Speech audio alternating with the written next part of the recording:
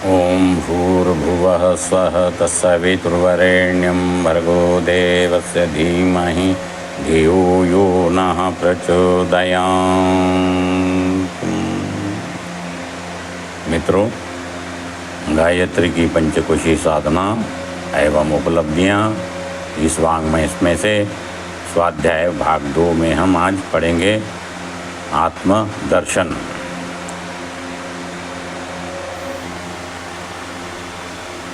पहले भाग में हमने आत्मज्ञान पढ़ा था, अब हम आत्मदर्शन पढ़ेंगे। आत्मदर्शन का तात्पर्य है अपने स्वरूप का साक्षात्कार करना। साधना द्वारा आत्मा के प्रकाश का जब साक्षात्कार होता है तब प्रीति, प्रतीत, श्रद्धा, निष्ठा और विकास भावना बढ़ती है। कभी भौतिकवादी, कभी आध्यात्मवादी होने की डावाडोल मनोदशा स्थिर हो जाती है और ऐसे गुण, कर्म, स्वभाव प्रकट होने लगते हैं जो एक आत्मदृष्टि वाले व्यक्ति के लिए उचित है। इस आत्मदर्शन की द्वितीय भूमिका में पहुंचने पर दूसरों को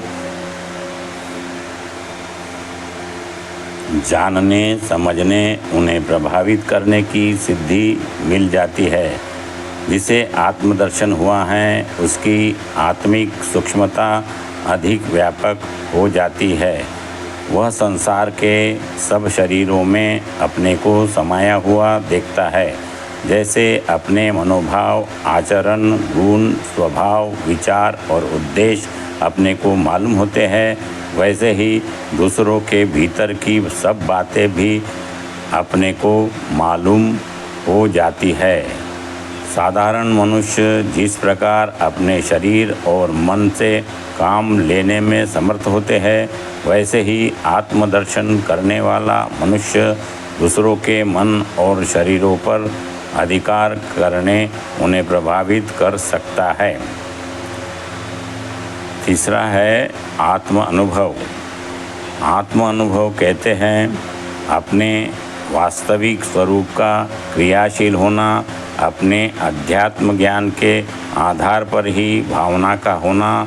आमतौर से लोग मन में विचार तो बहुत ऊंचे रखते हैं, पर बाह्य जीवन में अनेक कारणों से उन्हें चरितार्थ नहीं कर पाते।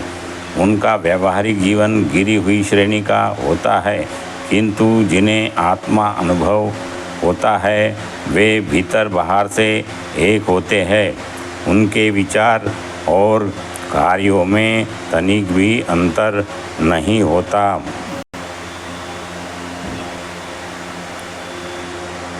जो कारण उच्च जीवन बिताने में सामान्य लोगों को पर्वत के समान दुर्गम मालूम पड़ते हैं, उन्हें एक ठोकर में तोड़ देते हैं।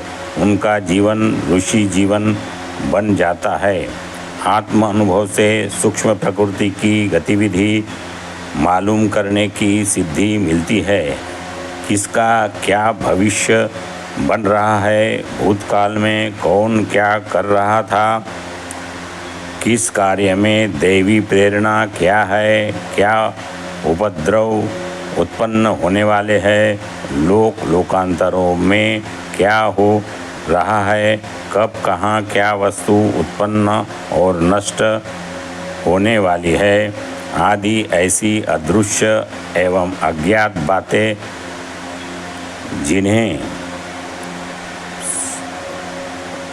साधारण लोग नहीं जानते, उन्हें आत्मानुभव की भूमिका में पहुंचा हुआ व्यक्ति भली प्रकार जानता है।